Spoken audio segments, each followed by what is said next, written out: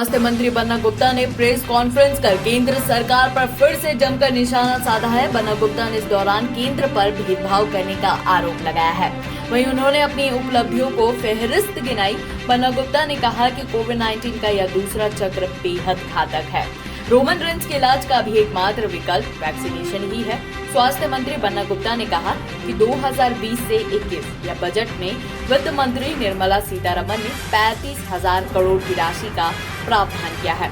आज वैक्सीनेशन हो रही है तो 3 तरह से टैरिफ राज्य के माथे पर थोपा जा रहा है।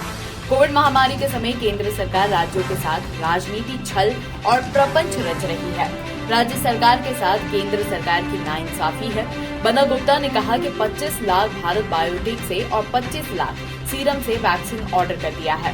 बन्ना गुप्ता ने कहा कि केंद्र सरकार दूसरे देशों को वैक्सीन भेज रही है, लेकिन अपने देश में वैक्सीन की पूर्ति नहीं कर पा रही है।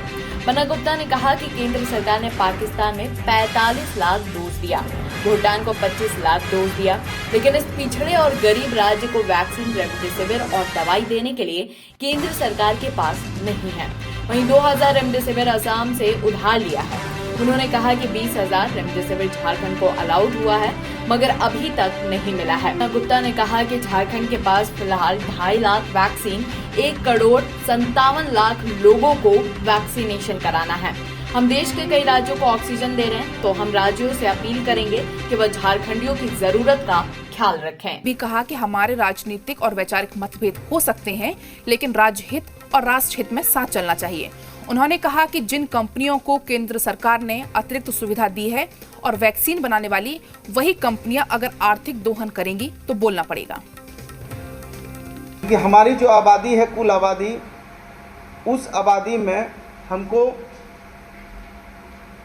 जो ज़रूरत है वैक्सीन की, तो हमने 25 लाख जो है भारत बायोटेक से और 25 लाख हमने सीरम से हमने ऑर्डर कर दिया है। लेकिन अब मुसीबत ये है कि वो लोग ये कह रहे हैं कि हमको 15 मई तक हमको भारत सरकार ने 10 करोड़ भारत टेक से और 2 करोड़ सीरम से ऑलरेडी उन लोगों ने ऑर्डर ये कर दिया है, उसको रिजर्व कर दिया है। अब आप बताइए कि वो कंपनियां कहती हैं कि हम 15 मई तक तो आप भूल जाइए, 15 मई के बाद जो है मई के अंतिम सप्ताह में हम विचार करेंगे कि आपको कैसे करके पैसा लेके भी हमको जो है मई के अंतिम सप्ताह में देगा या नहीं देगा, ये उनके ऊपर निर्भर है।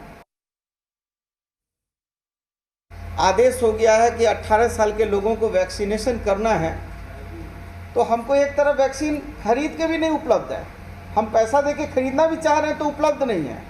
हालांकि उनको तो चाहिए था कि ये फ्री ऑफ कॉस्ट देना चाहिए था, जो कि उन्होंने सदन में इसकी घोषणा की है, बजट में ये उपबंध लाया है, बजट में एलिकोट किया है, तो उनको तो देना चाहिए फ्री ऑफ कॉस्ट। लेकिन इसके बाद भी इस पे आपत्ति है हमें, लेकिन आपत्ति के साथ साथ हम अपनी जनता को छोड़ नहीं सकते हैं।